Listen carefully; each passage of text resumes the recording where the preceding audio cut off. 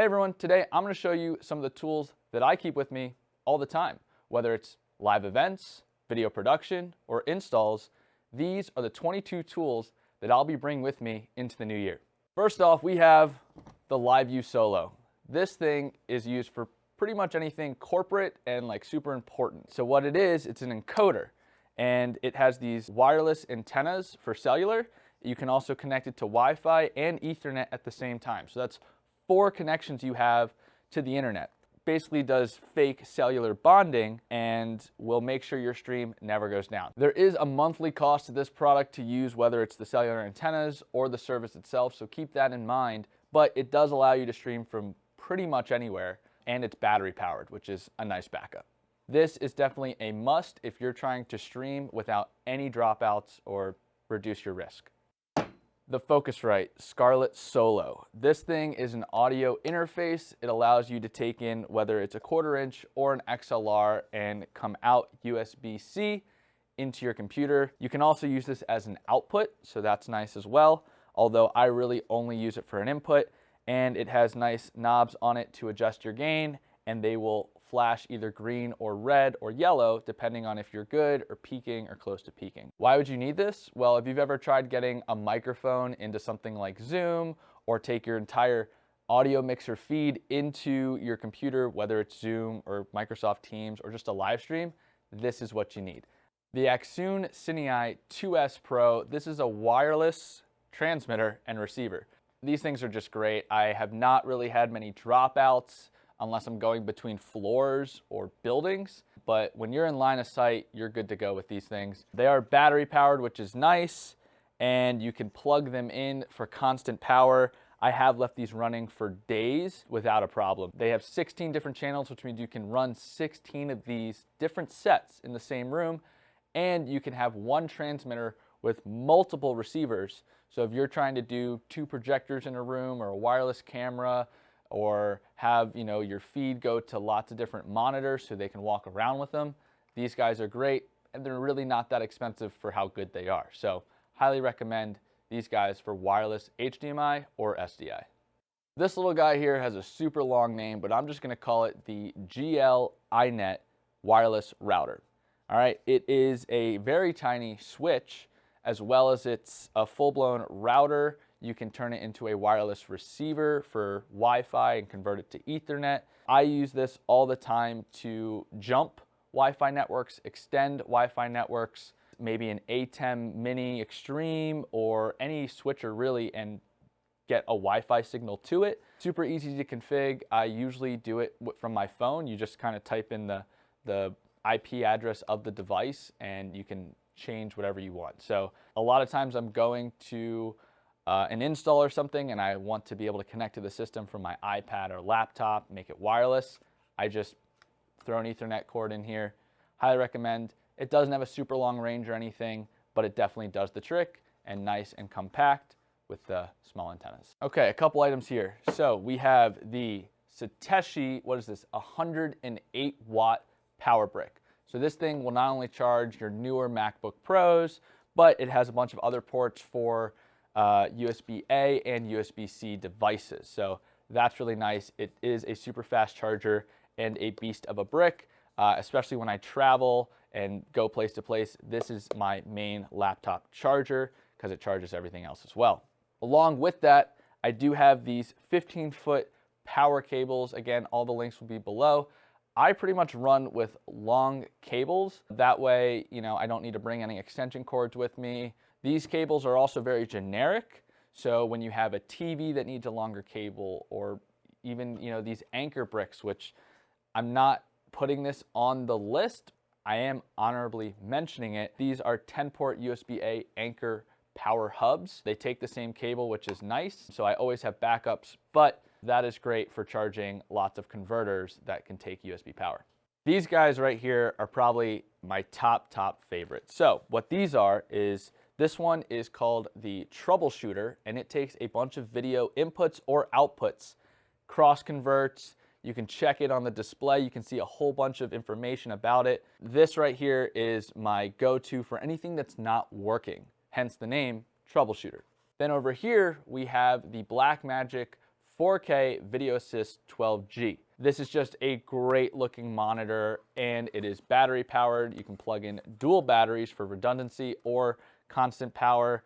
It does have a USB-C out for recording and becoming what is a web presenter, a webcam to your computer. Not to mention you can take in HDMI or SDI as well as pass-through / convert. You can also get stereo audio, or if you are getting audio through your cameras and audio through here, you can record multiple channels of audio at the same time, record to SD cards as well, headphone jack, and you can mount it on tripods and such. So honestly, just a beast of a tool right here. And the reason I have them together, and I always bring both, if I'm gonna bring one, I'm most likely bringing both, especially when I do an install, is because I use them one upline and one downline. So the Troubleshooter is great because it can output color bars and a bunch of other kind of video signals over SDI, HDMI, even VGA. So what I do is I usually put this up or down chain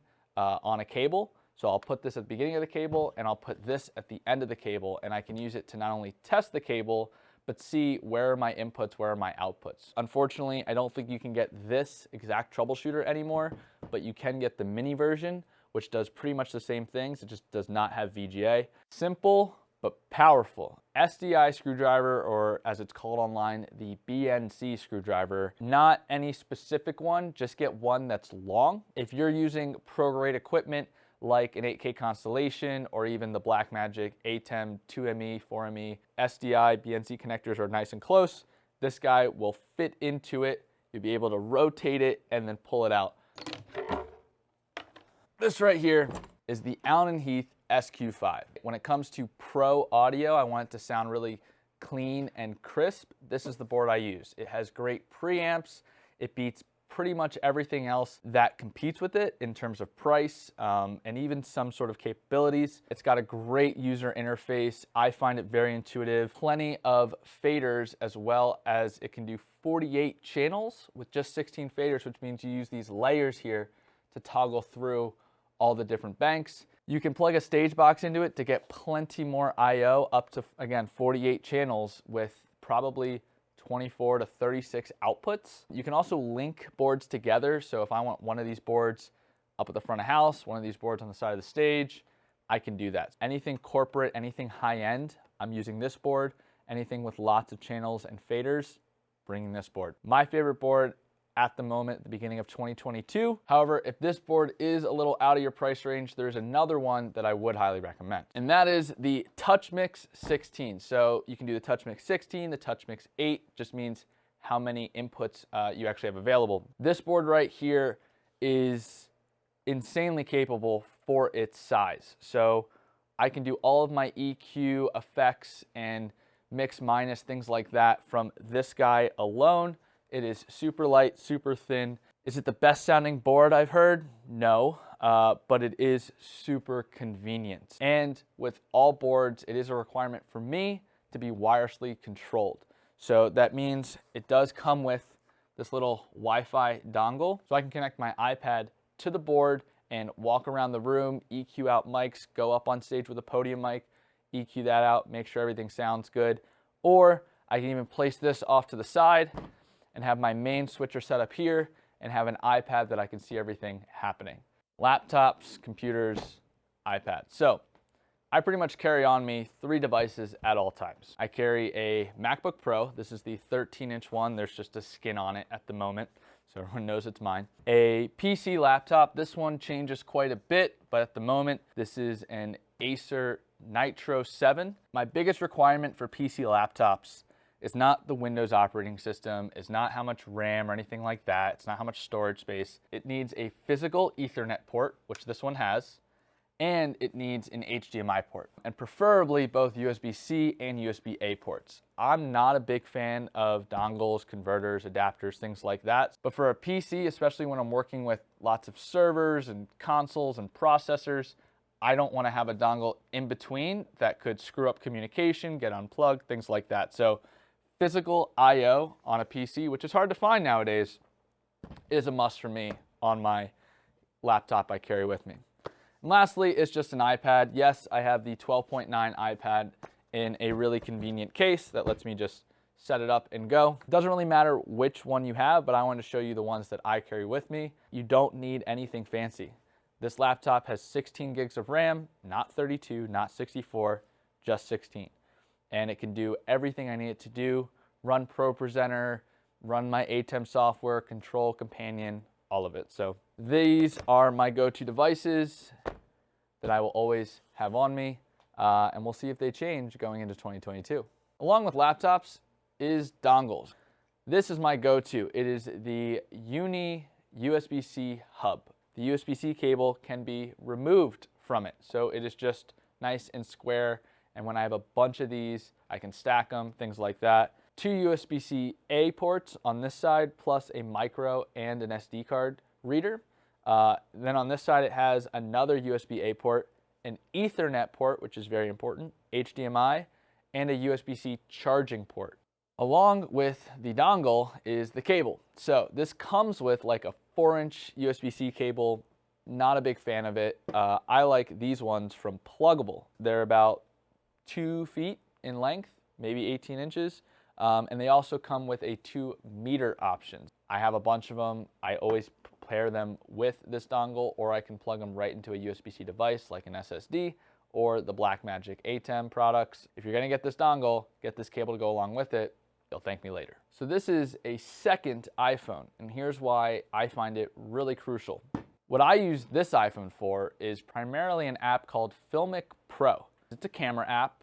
It allows you to swap between different microphones if you have USB microphones plugged into it via the Lightning port. You can see all your audio levels. You can adjust the color, contrast, focus, zoom, all of it. But my favorite feature of Filmic Pro and this iPhone is the fact that I can have my primary phone that I always have with me, and I can use it as a remote and a remote view of this phone. So I would set this phone up on a tripod. I would then walk in front of it or around it, or what I just did last week, which was I had this in front of the video wall, shooting the video wall, and I walked around behind the wall, messed with the processor to change the image and configure it, and I was looking at what was happening on the video wall on my other phone. So wireless transmitter, camera, receiver. That's primarily how I use this phone, as well as just to shoot content of myself, of the setups. It's nice to have a phone that you can fill up a bunch of storage on and not waste your everyday carry. I do happen to have the Apple MagSafe wireless chargers as well. They are convenient. They are expensive. Get a cheaper one. You don't need this one, but I do like how I basically have an endless battery because of these guys, and it doesn't take up my Lightning port, which was very important to me. Microphones. So no wireless mics today. I did a whole video on that if you're looking for wireless mics. But today, it's about 3 different types of microphones. I don't bring all of these to every gig. I do pick when I want each one, but there is always one of them with me at all times. The first one is nice and simple. This is a handheld SM58 microphone with a switch, okay? So that's important that it has an on-off switch. You might have heard the words VOG. It stands for Voice of God, which means you plug this into the audio board and you can make announcements.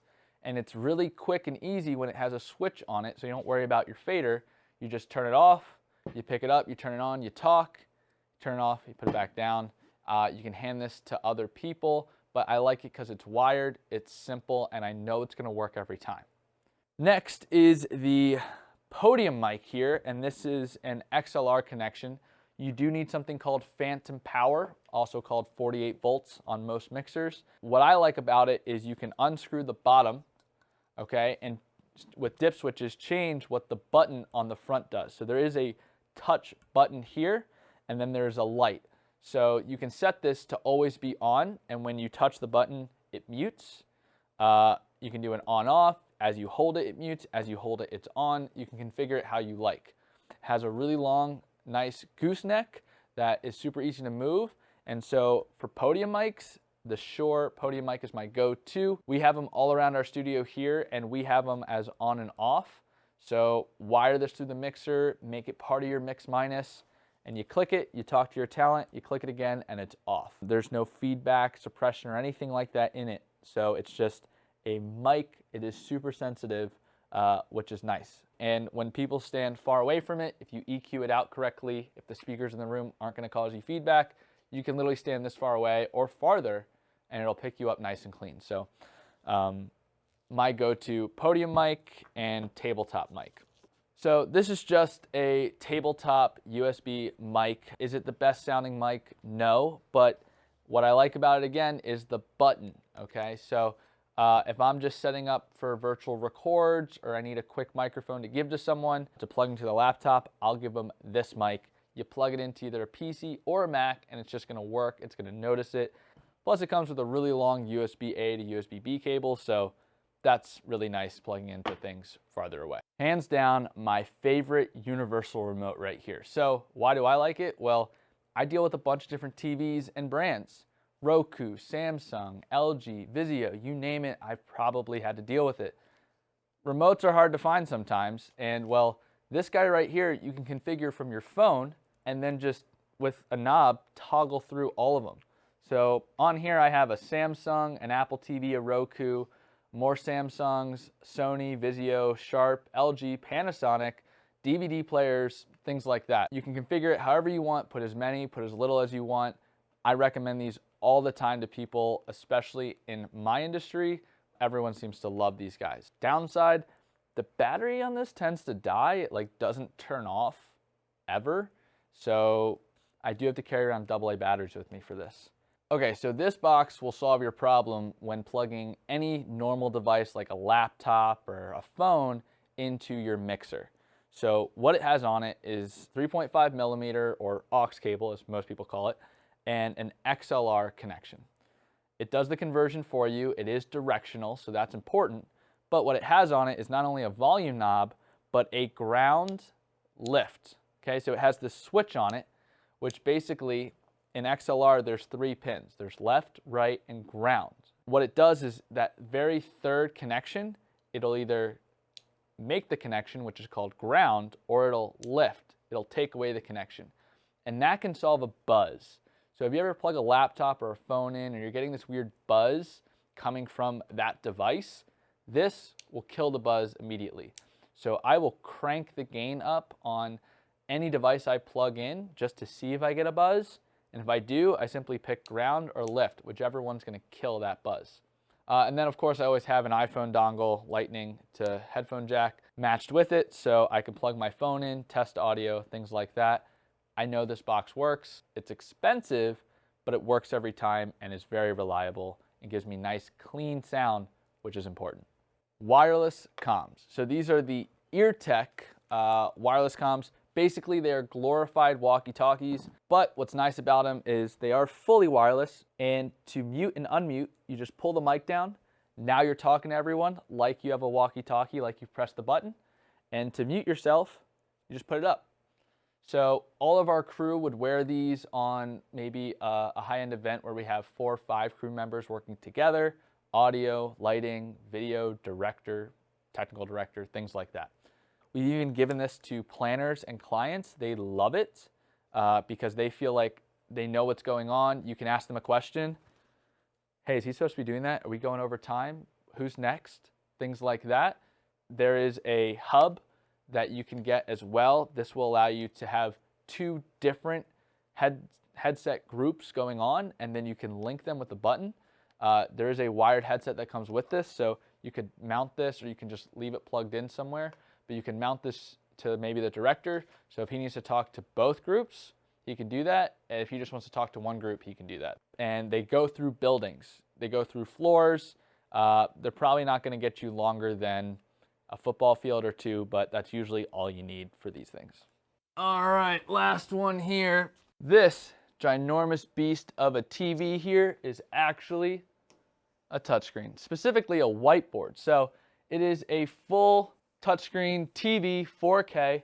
It comes with these really nice pens. You can do HDMI ins and outs. You can plug in your computer and do a touchscreen of your computer. So not only is it a whiteboard, but it is a full-blown computer. You can pull up a web browser without connecting any other devices, just on the TV itself. Let me go ahead and pause that. You can full screen things. So now I can just draw on top of whatever I want. So I can, you know, trace out different products I'm talking about. I can show you that right here is the advanced panel, right? So it's really nice to be able to draw on top of an image, whatever image you can pull up either on the web, take a picture of it, send it to the device and show it up here. You can do screen mirroring up here, so you can write on top of everything and anything, even if the computer or picture is not meant to be written on top of. You just do an overlay layer as a feature of the whiteboard, and now you can draw on top. So that is the 22 items that I'll be bringing with me into the new year 2022, but I wanted to make a couple honorable mentions as I don't carry these around with me all the time, but I do have a bunch of them and they're really handy. First off, we have the Sound Tools Cat Snakes, and they have a box, and then they also have something called Tails. They take EtherCon, all right, which is this connector here. So it's an Ethernet cable that is shielded. It's a little bit thicker. It has a locking connector, which is nice. They plug in just like this. You can daisy chain them, which is nice, running right through. And with these guys, without any power, without any configure system, you get 4 different XLR runs, 4 channels of audio here with one box with one cable. You can run audio both directions. So you can put this behind the stage, run 2 speakers, one on each side of the stage. You can put a podium mic with 48 volts coming back to you, and then you can also plug in maybe a laptop on stage as well. So it's really nice with just some turnarounds to run both inputs and outputs all through one cable, especially when you're in the back of the room, the stage is in the front of the room. You don't want to run 4 separate feeds just for what is some speakers and a laptop. Everyone asks us about these 15-inch portable monitors here, okay, because they're super thin. These are the C-Force 15-inch portable monitors. They're good to have. They're not crazy good quality or anything like that. It's 1080p. You can get 4K ones. We have like 20 of these at this point. I don't carry one around with me all the time, but if I do need to grab a monitor to see something, to test something really quick, if I have these with me, if I have them around the shop, I will just pull one out and use it. They can be powered over USB, so it's great for powering off your laptop or off a simple brick, and they're very, very nice, lightweight, and thin. So I do recommend them, but it's not on me all the time. And again, not with me all the time, but is this super long tripod. It does collapse into a really easy to carry size, but what I like is it can be nice and tall. It's got very flat, grippy feet. You can see that it's higher than the shot, and we do mount our cameras on these guys to get them above people's heads. So this tripod right here is very useful. It's one of the few ones I find that is sturdy and goes this tall and collapses nicely. So it's also light, like it's really not that heavy. So those are my last 3 honorable mentions. I don't carry them with me all the time, but I do have a bunch of them. They are around the shop and we use them well.